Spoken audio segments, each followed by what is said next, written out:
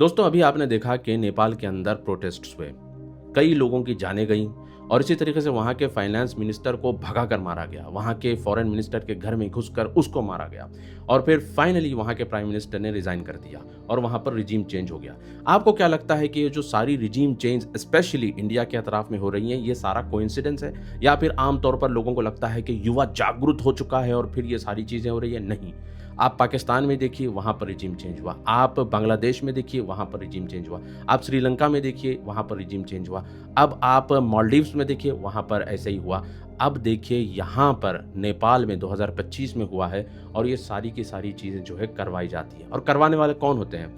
ये होते हैं ग्लोबल नॉर्थ के डीप स्टेट। तो आप देखिए इंडिया के अतराफ में ये सारे कंट्रीज़ में रिजीम चेंज हुआ है और इंडिया में भी इन्होंने रिजीम चेंज के अटेम्प्ट्स किए हैं मगर फेल हुए हैं और फेल होने का रीज़न है कि इंडिया की स्ट्रांग लीडरशिप। आपको याद होगा 2011 में ओबामा एडमिनिस्ट्रेशन की ब्लेसिंग से और आशीर्वाद से मुस्लिम ब्रदरहुड इख्वान अल मुस्लिमीन ने पूरे मुस्लिम दुनिया में इन्होंने प्रोटेस्ट्स क्रिएट किए थे। अरब स्प्रिंग इन्होंने क्रिएट किया था। जमात इस्लामी ने इस अरब स्प्रिंग को इस्लाम की बहार का नाम देकर जश्न मनाया था, मगर ये सारा का सारा हो रहा था ओबामा के आशीर्वाद से।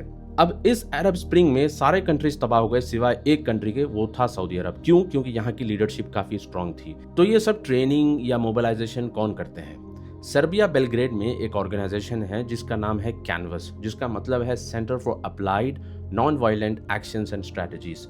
इनका क्लेम है कि तकरीबन ये लोग 52 कंट्रीज के अंदर एक्टिव हैं और इन्होंने 16,000 के करीब लोगों को ट्रेन किया है और 126 कैंपेन्स इन्होंने पूरी दुनिया में चलाए हैं। आप जो प्रोटेस्ट देखते रहते हो कि एक दिन दिल्ली में प्रोटेस्ट हो रहा है और सेम आदमी आपको केरला में नजर आएगा, केरला में प्रोटेस्ट हो रहा है सेम आदमी आपको हैदराबाद में नजर आएगा। बीडीएस की तरह दूसरे ऑर्गेनाइजेशंस के एक्टिविस्ट हैं जो प्रो पैलेस्टाइन या गाजा के प्रोटेस्ट कर रहे होते हैं। आपको नजर आएगा कि ये लोग अपना काम धंधा स्टडीज सब छोड़ के ये लोग प्रोटेस्टों में लगे हैं। अब आप एक चीज गौर करिए, 2020 में जब डोनाल्ड ट्रंप इंडिया आए थे तो उस वक्त दिल्ली में कम्युनल राइट्स शुरू हो गए थे। जैसे डोनाल्ड ट्रंप चले गए, कम्युनल राइट्स खत्म हो गए।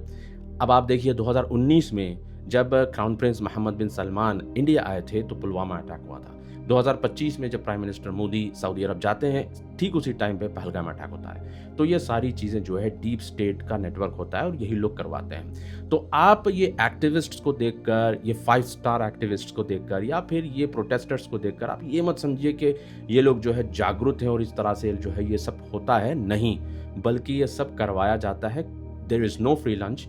दुनिया में कोई भी चीज़ फ्री में या फोकट में नहीं होती है, बल्कि ये सारी चीज़ें करवाई जाती हैं। आपको चाहिए कि आप जिस मुल्क के हो उस मुल्क के साथ आप ठहरें, उस मुल्क की लीडरशिप के साथ आप ठहरें।